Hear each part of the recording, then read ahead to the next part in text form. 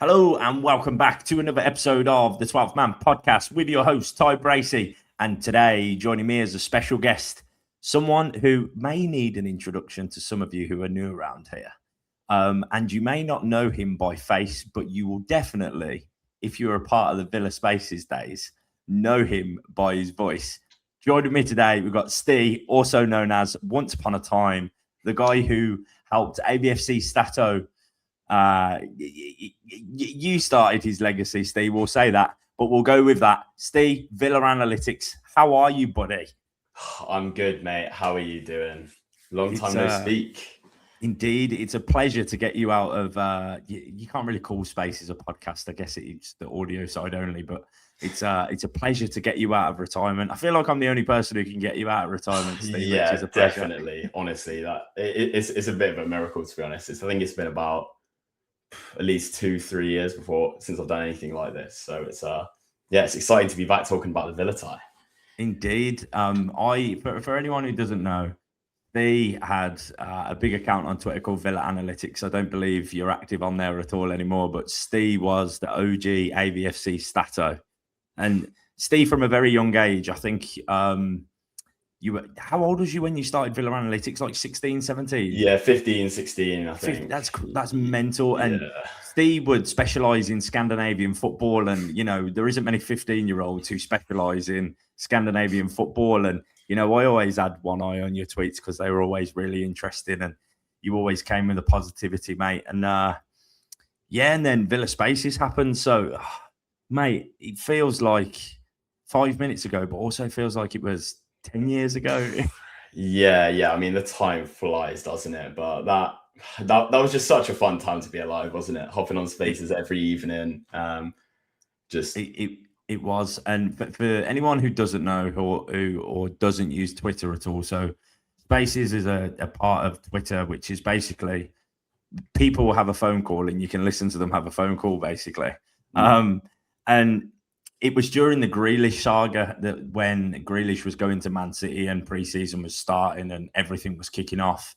And there was a guy who happened to be in the hotel that Villa was staying at called A View from the Stands. And Villa Spaces was number one trending on Twitter. And, it was crazy. And I think we named them was it bedtime stories? We called it. Was it bedtime stories? Like yeah. That. We'd go live for like 2 or 3 hours. I don't know how we found stuff to talk about, but we'd go live for like 2 or 3 hours every night during the Grealish saga until it finally unfolded and he went to Man City. And, we were kind of dealing with our heartbreak together with everybody else who was getting involved. And, Steve, I still to this day, and it's one of the reasons why I started the pod is I still get people all the time, especially during transfer windows, who will reply to my tweet saying Spaces. Honestly, mate, it still lives in people.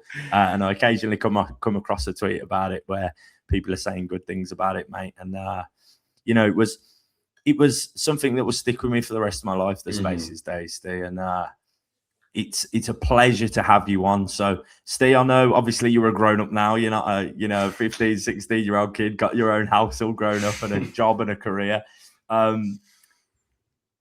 How do you feel about the Villa? We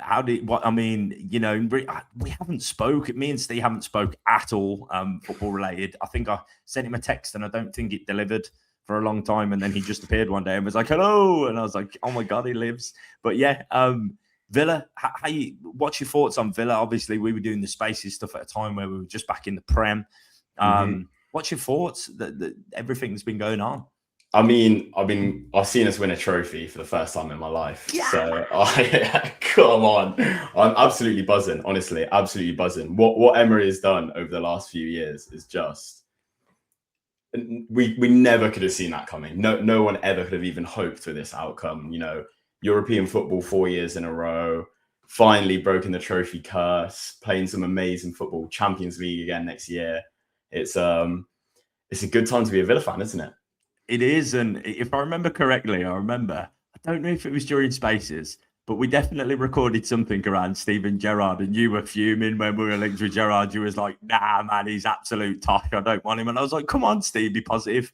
And you were right, man. I'll give you your dues, mate. You were right. Yeah, it wasn't great. So I should have probably took a note from you on that one. But so let's talk about Steve. the thing that made me and you you were the Rodney to my Dal boy, mate, back in the day. Transfer window.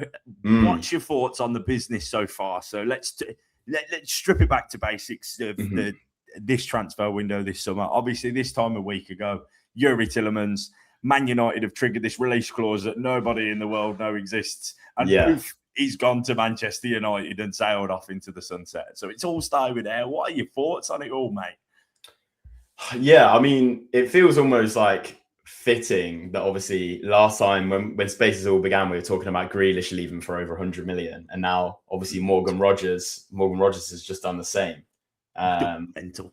Which is, double mental. And I'm sure we'll talk about that properly later. But I think, I mean, with all these like squad cost rules that are just such a challenge for us to move through, right? Such a challenge, have been for years. It's never going to be easy for the higher ups at Villa in a transfer window. I think I think you can see what they're doing. You can definitely see what they're doing. You know what I mean? They've had to make sales. They've had to make some big, important sales. And they're definitely doing their best to kind of give us the opportunity, the platform to compete in the Champions League, qualify for Europe again. So I think we've taken some big risks, really. But I think we've had to. We're in a position where we have to basically every year. And I think there's definitely a couple of deals I'm very excited about. And I think for the most part, we're not doing too badly, especially not given the position we're in. But what do you think? Yeah, I agree. And the problem I find we've been the other 14, and I hate that terminology because we are absolutely massive, and I don't care about this big six malark. Villa are massive, like we are massive. I don't care financially. If financially, revenue-wise, we're not massive, we are massive. End of conversation. And the thing that's annoying is with these rules, you've got, I hate to use Chelsea as a scapegoat here, but, where they can just keep making those mistakes. They can make errors in the transfer market and feel no repercussions. And for the other 14, there isn't really any room for things not to work out. If you spend a good chunk of money on a player and it doesn't work out, you're in serious trouble.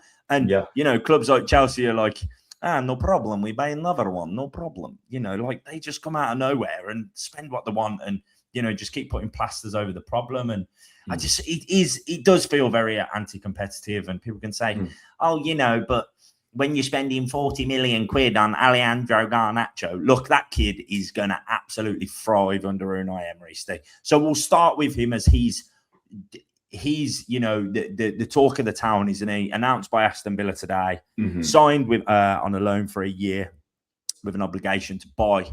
What are your thoughts on him, Steve? Because the reaction online hasn't been the greatest, and I'm all for Unai Emery loves a good redemption arc. What are your thoughts on Garnacho to Aston Villa? I mean, I'll start with the bad and work my way to the good, because you can see why people aren't happy, right? There's definitely a character risk there. It's a lot of money for a player that hasn't really been playing for a team that finished below us. I think his decision making on the pitch can be very, very questionable. But I mean, he's a very, very raw talent, isn't he? He's a very raw talent. He can be very clumsy on the ball, but every now and then you'll just see these flashes of lightning pace, a player that can carry the ball, that can score, create goals. So you can also definitely see why Unai thinks he can work with him. I think, again, like I said, I think Villa have been forced to take some risks based on just the position that we are in financially and whatever.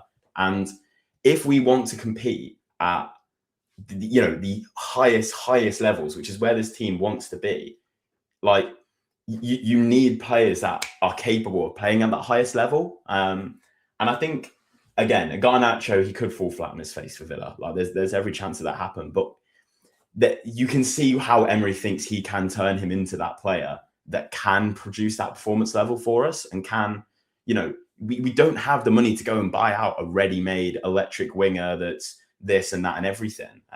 We have to concede some points, and yes, it's a risk, but you can definitely see the vision. Yeah, and I agree. But one thing, Steve, I know you said you were going to start with the negative, and I mentioned this in a pod that I did yesterday. This is a kid who's come fresh 16 years old from Spain, because he's dual nationality. So the only reason he would have had a similar situation to Brian Maggio, what Brian Maggio's going through, but the reason he didn't is because he joined Man United 2 months before Brexit. So that's because we're no longer part of the EU. That's why we've got all that drama with Brian Maggio. He would have had a similar issue if he had joined 2 months later. So he had joined in October, age 16, and he's joined age 16. He's joined Man United when it's absolute chaotic. I think there was a period of when Ten Hag was there where it was okay, but the guy's joined turmoil. He's never had stability in a professional football life. He hasn't, and I don't think there's anyone better than Unai Emery, Spanish speaking as well. Pau Torres, Spanish, Emi Martinez, Emi Buendia, Argentinian.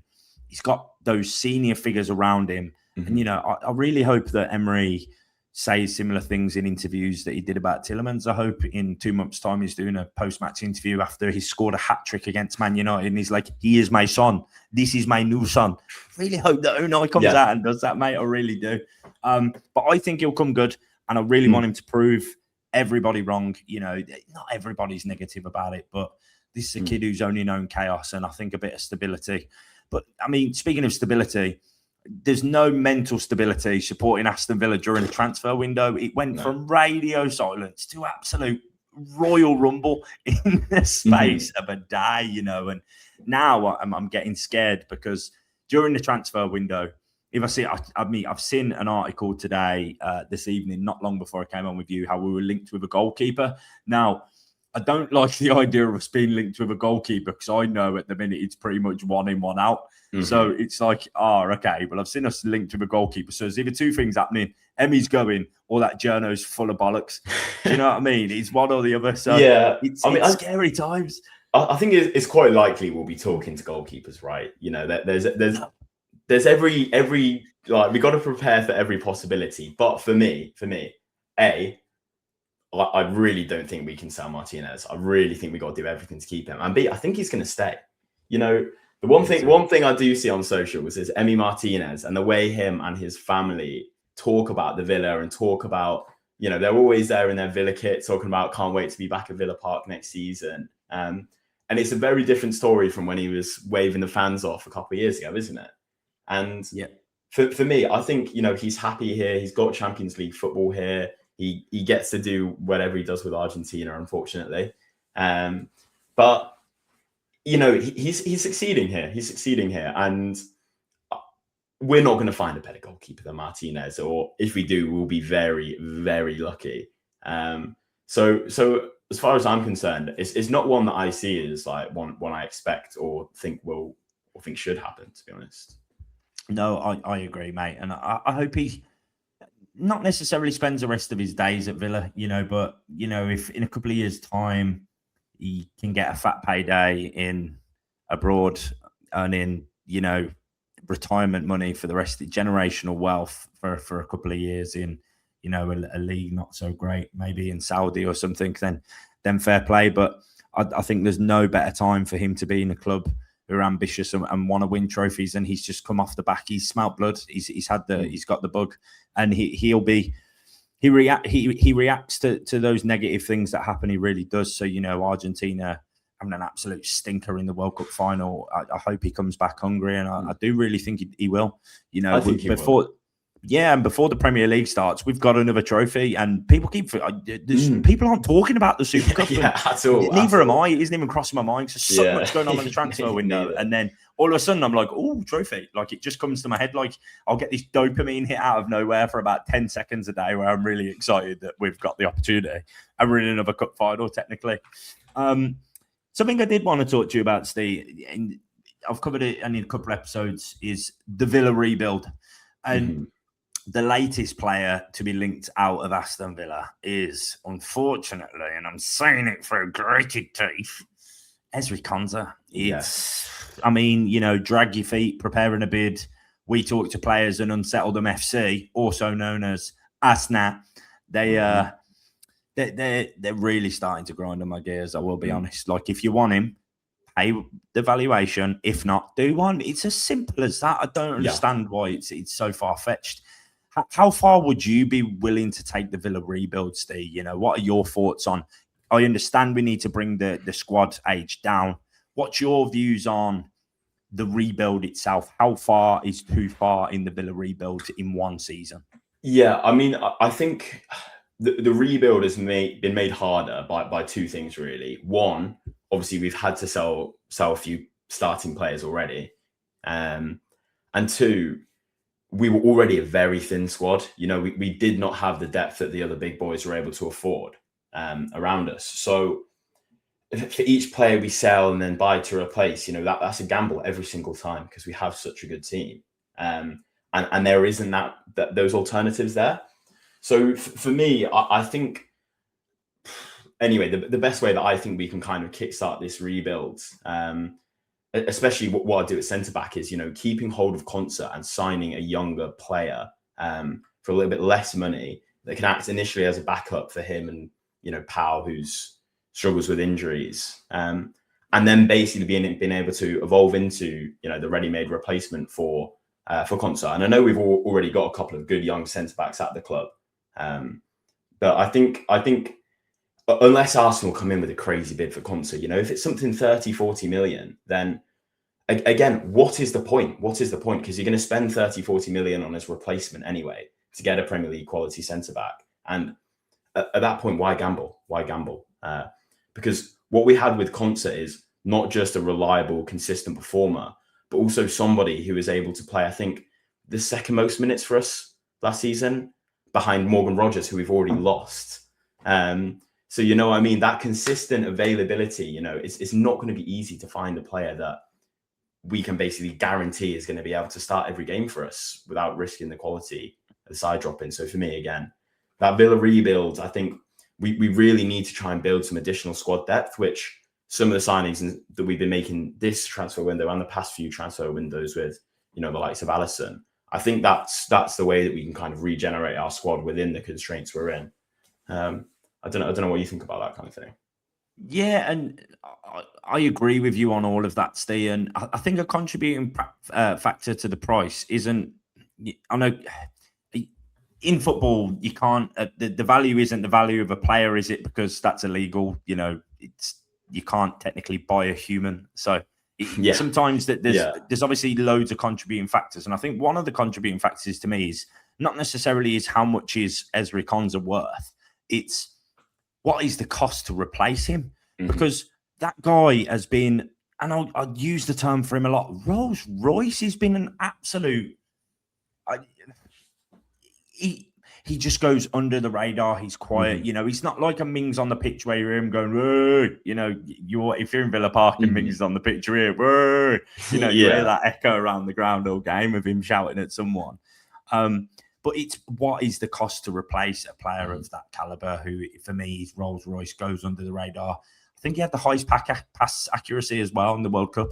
Wow. I can't remember if it was defenders or for everything. And, you know, people can say, oh, yeah, but he's passing to another defender and Jordan Pickford, which I kind of understand, but you only can pass to what's in front of you. And ultimately, I understand the pass accuracy is going to be higher for a defender than an attacker because attackers are taking risks, you know, but ultimately still a great stat to have and I'll absolutely cling on to it. But yeah, I don't think we could sell Ezri Konsa for Arsenal's valuation of 40 million quid and replace him with someone better for 40 million quid. I don't think that's possible. So absolutely, Villa, stand your ground and whack a 60, 70 million quid price tag. If not, get that contract signed, get that booster pay packet. Because the thing is, and I've said this before as well, Steve, that if you could apply the same logic to Konsa, to Yuri Tillemans with Konsa, with Ollie Watkins at a stage in their career where if we're going to make good money for them, now is probably the last time we could make a decent wedge on Ollie Watkins and Ezri Konsa. So one of two things needs to happen. Well, it'll be one of three. They run out the contracts, which I don't think will happen. They get a bumper contract and sign long-term and sail off into the sunset and, you know, spend the rest of their days here. It's difficult. Or they leave and it's difficult to, you know, the balance of that rebuild, which we were talking about of what's right and what's wrong. But ultimately, it's not down to us as fans to make that decision. Obviously, we can have opinions, but ultimately, it's how much Unai Emery is willing to rock that ship. And we are going to have to go into the new season with patience, and because we've got a lot of new signings. And one new signing I wanted to talk to you about, and we haven't spoke about this off camera. I have a feeling you're excited about Johan Manzambi. Yes, I am. You are? Yes, that makes me so happy because you are a stats guy. So I know as soon as we were linked with him, you would have been straight there on your analytical brain and you would have been on it straight away. Give me your... I want to get in the brain of Ste on Johan Manzambi because I'm very excited from compilations and I get carried away terribly, in optimism. I want to hear your thoughts on him, mate. I mean... Losing Morgan Rogers, like the big thing that we get out of Rogers is that ability to just pick up the ball anywhere on pitch and just run straight through the middle of the opposition's team, get us to the edge of the opposition box and create something. And that is something that very few players in the world can do, but it's something that Johan Manzambi can do. And replacing that so quickly is just phenomenal, honestly. I think the way he carries the ball, the way he is in and around the box, but also the way he can support defensively. I think it's a really big thing for Emery's teams that was so bitty and so competitive in midfield as well, and he brings that side to the game as well. So for that position, that is everything we could have hoped for and more. And to get that out of a 20-year-old midfielder who has just wowed at the World Cup. There's a lot of pressure, a lot of expectations. We're very dependent on him being this, the chosen one, basically, for us. But I've got a good feeling that he could be. To be honest, I think we should be looking for very, very big things from him. I know it's a big fee, but for me, it's still a great price for the player we're getting, an absolutely great price. I think. There's always things that can go wrong in football. It's always a gamble every time you sign a new player. But I don't think they could have done much better than this, genuinely. No, I agree with you, Ste. And one thing that stood out for me with him is I think he only played like 13 games at Cam. I assume. Are you under the impression he's going to be playing the 10? Yeah, that's where I expect him. That's where I expect him. But for me, he played I think 36 games, or 35 games at CM. But what I'm getting at that with is Unai is very demanding of his players to get back. His thing is if we are getting pushed, get the F back. You get back and playing box to box. He's going to be used to going up and down the field, and it'll be nice to have another road runner on the pitch like McGinn. So like a turbo bunny, whatever. It'll be massive for me, and I think that's something that's going to be massively important with his role to play as well. But he's someone who really excites me. He's got an eye for goal. And I think he's really going to thrive at Villa. I think I hope it's a signing of the summer. I really do hope. Something you said there about, him being able to play defensive midfielder, attack midfielder. I think, again, losing Yuri Tielemans, like I mentioned before, that was a player that was playing week in, week out for us and gave great versatility between the two. But if you look at what Emery was actually starting to do, especially last season, he was really starting to like Tielemans and even Barkley in that attack midfielder role. So I think he's looking for that kind of deeper lying attack midfielder that can, again, support us both sides of the ball. And that is what Manzambi is. Yeah, and I think he'll stay. Because the thing was, Morgan kind of played like left attacking mid at times, didn't he? And obviously, going direct for a left winger in Garnacho gives him that blistering pace to go down the left, and I don't think he will cut inside as much as Rodgers did. But I agree with exactly what you said. Now, going on to losing Tielemans, so Manzambi being comfortable in the 10, and 8, or 6, whatever that may be. João Gomez, being someone who's going to sit in that double pivot with Kamara. What are your thoughts on João Gomez? So I know one stat about him. I'm going to pretend to be Villa Analytics for a moment. João Gomez, the last 2 years, has won the most tackles in the Premier League, which is a mental stat. However, I am aware he was at Wolves, who are shit. So understandably, they're on the back foot for a lot of the game. However, I will still cling on to that stat because I think it's a great stat of when we are out of possession, we've got somebody who's hungry to win that ball back. Again, alongside a workhorse of Manzambi and McGinn, who's hungry and capable, and the statistics back up that he can win the ball back. And I think that's massively important. And obviously, as a club who play very slow out from the back, counter-attacking football is massively important for us, isn't it, Steve? So him winning balls back getting a ping. Garnacho's doing his meep down the left wing into Ollie Watkins or wherever our striker may be. Mate, honestly, I'm getting carried away myself, but very excited about João Gomez, sorry. What are your thoughts on him, Ste, in the double pivot? I think... What do you think that will mean for Kamara as well? Do you think we may see Kamara free up a little bit up the pitch? Let's have a little chat about the double pivot. Yeah. So, I mean, when you've looked at Villa and particularly in our top performances over the last few years, I'm talking, the wins against Arsenal, Man City, Bayern, PSG, it's because we were able to turn the midfield into this like pressure cooker where it's just so fast paced. And we're the ones winning the duels. We're the ones being able to cope with that pressure. And that's exactly what João Gomez is. He's so intense, off the ball, on the ball, getting involved, really, really good at receiving the ball under pressure, keeping possession and keeping the ball moving. And yeah, with Kamara, he is a superstar passer. Like, honestly, it's so undervalued, underrated how good his creative and forward passing actually is. So when you've got João Gomez, like you say, taking some of the load off him in terms of being able to drop between the centre backs, collect the ball.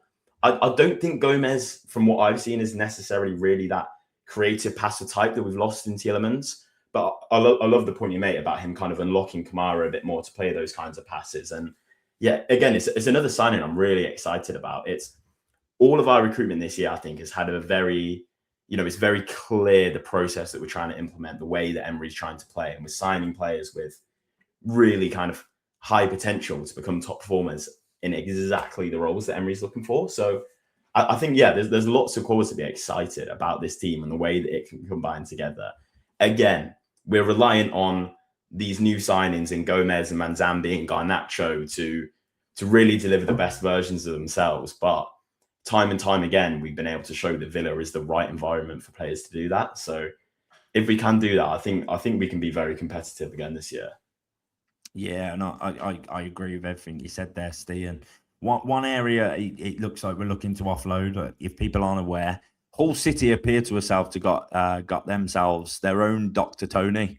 So their owner is on Twitter saying in what percentage deals are done for players, but not by their name, but by nationality emojis. Yeah. So one of them was Jamaica flag 70%, which makes me think that Leon Bailey will be on his way out. That's gone a bit quiet, and then he featured against Warsaw. Steve, do you think the right side is somewhere where we'll bring someone in, or do you think that's John McGinn has got a slot into this 11, and that middle doesn't seem like that's a place we're going to see a lot of John McGinn. Obviously he'll cut inside. Absolutely, I'm not expecting him to be as far out on the left wing as Garnacho, but being on John McGinn's got a slot in there somewhere. So do you think we're going to see John McGinn slotting to the right? Do you think we go for an out right winger? What do you think we're going to do on that part of the pitch? Yeah, again, you've got McGinn, who's coming off another fantastic year. You've got Emi Buendia, who has just had a fantastic season for us. So I think we've got some numbers there, and McGinn really has made that position its own. And again, that idea of McGinn kind of coming in a little narrower and letting Garnacho actually have a bit more freedom to run in behind and run off Ollie Watkins, I think is something Emery will be looking for. But I think, again, this sell to buy, every time we do that, it's a roll of the dice. And for me, the number one important thing with Villa each season is just keep qualifying for Europe. Even if it's the Conference League, that is now just has to be the minimum bar, because getting into Europe, staying in Europe is something that nobody has done 3 years in a row since we did it in 2010. You know what I mean? It's not an easy thing to do. But now, obviously, year 4 in Europe, let's make that year 5. So I think, again, the club are doing everything they can. It's not easy for them to keep producing results like this, but where you've got position in the likes of, like I say, Bailey if he stays, but Buendia and McGinn, I think that's probably an area we'll look to stay a little bit more comfortable in and try and focus on maybe the depth elsewhere in the team. Yeah, I agree with you on that. And something else that's happened today, which has annoyed me a little bit, is Purvis' Stupinan. Appears to be a couple of day delay because Amorim wants to, assess him over the couple of days. I mean, I mean, I understand, but surely you've got a team of analysts who can tell you whether he's going to work in your system or not, mate. You don't need to see him on a training pitch. But yeah, that dragging its heels a little bit's annoying because we've got Porto on Saturday, we've got Sociedad on Tuesday at Warsaw, which I'm going to go to because it's my birthday. Getting old as hell here, Ste. It's life's catching up on me, mate. We've got another 5 games pre-season, then a Super Cup. So it's just the things dragging their heels a little bit in the market. We're doing all the right things. We're being proactive at times. As soon as there's a player being linked out, there's always someone being linked in, which I'm absolutely for. We've got our list of targets, and as soon as someone hits that button of "Hello, we want your player," it's okay. Well, we're going for this one, and I absolutely love that about that window, Steve. And for me, it doesn't feel like panic. No. So yeah, it's a little bit annoying that you've got Arsenal trying to unsettle Konza, which they did with Rodgers as well, and just apply the same tactic. And then what they did with Bruno as well. I think when Kevin Keegan had died, and there's talks online that they're preparing a bid. Like, just leave them alone while they're going for a mourning process as a club. I just think it's so toxic. But anyway, Steve, we've been on camera now for 31 minutes. We've been on for a while, mate. So let's finish the episode with a niceness. Now, what are your expectations for the season? Obviously, we've done a good bit of business, maybe a few more bits to come, but based on how you're feeling about the window so far and how it may go, let's start with league position. Oh, you're putting me on the spot here, Ty. I did not know this was coming. I'm sorry, mate. League position. I am going to say 4th. Nice. Okay. Fair. Good answer. I hope you're right. FA Cup. FA Cup, I will say. Are we due a cup run? Are we due one? A trip to Wembley?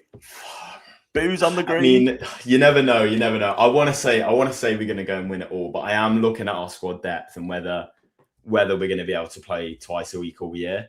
FA Cup, I'm going to be a pessimist and say a round of 16. Okay. Carabao? Well, is it still called? It's not called the Carabao. Is it still called Carabao? I have no idea. It's not called the Carabao, is it? What's that called? Is it? No, I always just think of it as the Carling Cup. EFL Cup. Why do I still? How long hasn't it been the Carabao Cup? or is it the Carabao ages. Cup? I don't know. No, it's not the EFL Cup. That's not right. It was a Carabao Cup.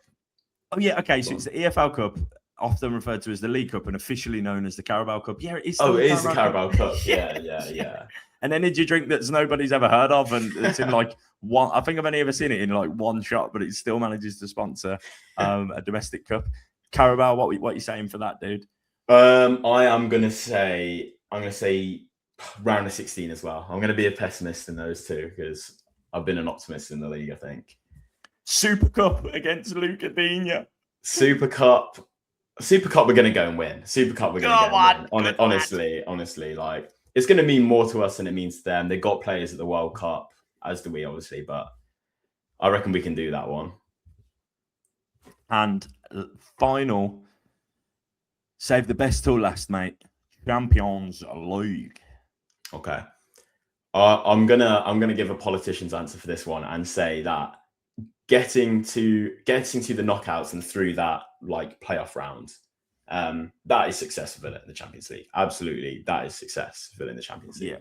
But last time in that that famous night against PSG, we showed, and we have showed again, beating Arsenal, Man City, Bayern, all of these teams consistently year on year. On our day, we are good enough to beat anyone. Facts. I'm not saying we are gonna go all the way, but every time the players step on the pitch under Unai Emery, they're gonna believe that they can win. My prediction is going to be the round of 16 again, just like the other two cups. But I think in basically every competition we're in right now, I think we can expect ourselves to do, at least acceptably well. And we have every chance every game we play. Honestly, every single time we step on that pitch, especially at Villa Park, we can win. And we've just completely proved that beyond all doubt, I think, over the last 2 years. So why not? Steve, it has been an absolute pleasure. And I'm going to put you on the spot here one more time, Steve. Okay. I hope that this isn't a one-off. I'd love for you throughout the season to join me in some pre or post-match content on YouTube and audio too, for whatever we can make work around our schedules. Because, mate, honestly, some of the most memorable days of my life you have been a part of, Ste, and you'll always be a dear friend to me, and I'm sure you'll be well received in the comments. You know, you always speak so well, and you're so knowledgeable on everything football, and you are an absolute blessing to have on the pod. So thank you for giving me your time today. So from myself, Ty Bracey, it is a massive up the Villa, and Ste, I hope we'll see you soon. Give us an up the Villa. Up the Villa.